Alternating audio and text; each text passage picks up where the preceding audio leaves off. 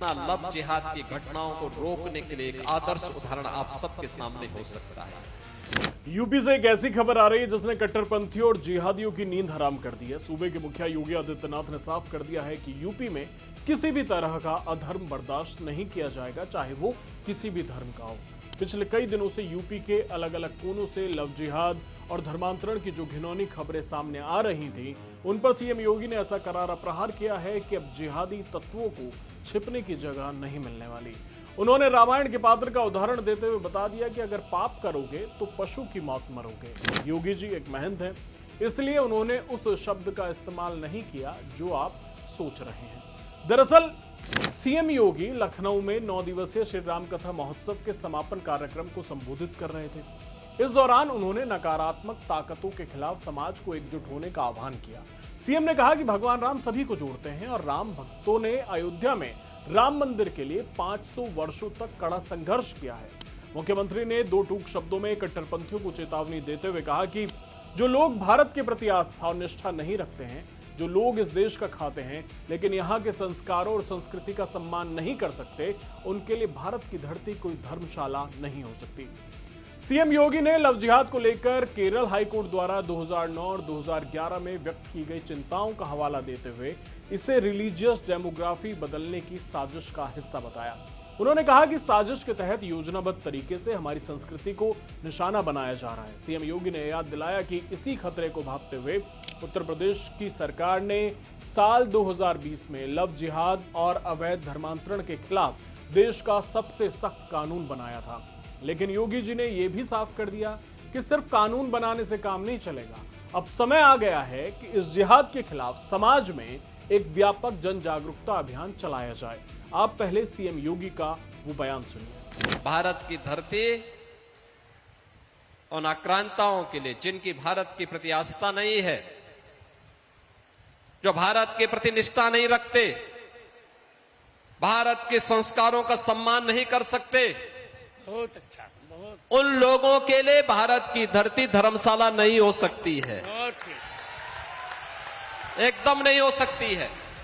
Love जिहाद के बाद मुख्यमंत्री योगी आदित्यनाथ ने लैंड जिहाद पर कड़ा प्रहार किया। उन्होंने खरदूषण, मारीच और सुबाहु जैसे राक्षसों का उदाहरण दिया।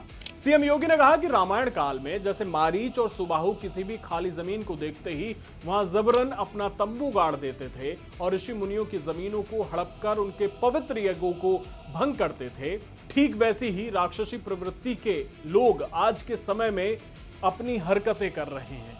जहां कहीं भी सरकारी जमीन या खाली जगह दिखती है, ये लोग अवैध तरीके से वहां कब्जा कर लेते हैं। सीएम योगी ने पूरे समाज को आगाह करते हुए कहा कि जब भी ये नकारात्मक और जिहादी ताकतें वर्चस्व में आएंगी, ये समाज को तहस नहस करेंगी और शिक्षण संस्थानों को बंजर बनाएंगी। इसलिए समाज को मिलकर इनके खिलाफ हमेशा तैयार रहना होगा। आप योगी आदित्यनाथ के बयान पर क्या सोचते हैं, हमें कमेंट बॉक्स में बताइए। और हाँ, आप सीएम योगी का यह पूरा बयान जरूर सुन लीजिए। रामायण कालखंड के भी उदाहरण आपके सामने है।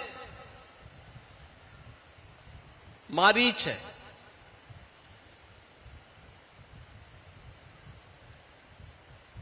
रावण है,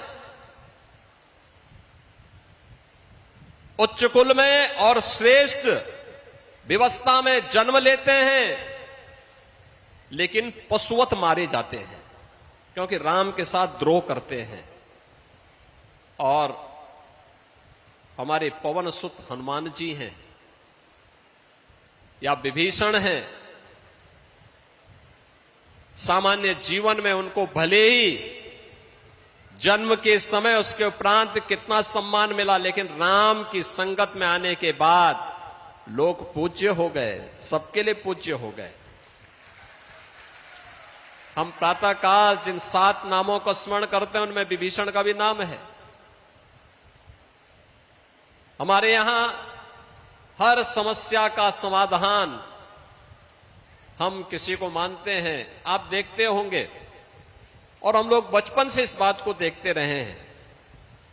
कोई गांव का अनपढ़ व्यक्ति भी, निरक्षर व्यक्ति भी होगा, लेकिन उसको हनुमान चालीसा जरूर याद होगी। हनुमान चालीसा वो जरूर याद करके रखता था।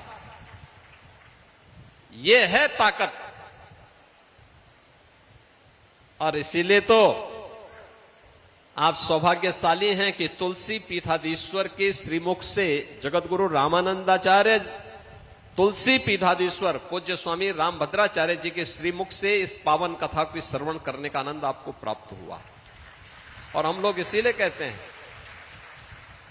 मध्यकाल में तुलसीदास जी ने जो जनचेतना जागृत की थी, समाज को एकजुट होने की, विदेशी आक्रांताओं के प्रति सचेत होने की, प्रभु राम के प्रति भक्ति का जो संदेश दे करके उन्होंने पूरे उत्तर भारत को एकता के सूत्र में जोड़ने का काम किया था, वही कार्य आज जगत गुरु रामानंदाचार्य पूज्य तुलसी पीठाधीश्वर कर रहे हैं और जिनके श्रीमुख से पावन कथा का श्रवण करने का आनंद आप सबको प्राप्त हुआ।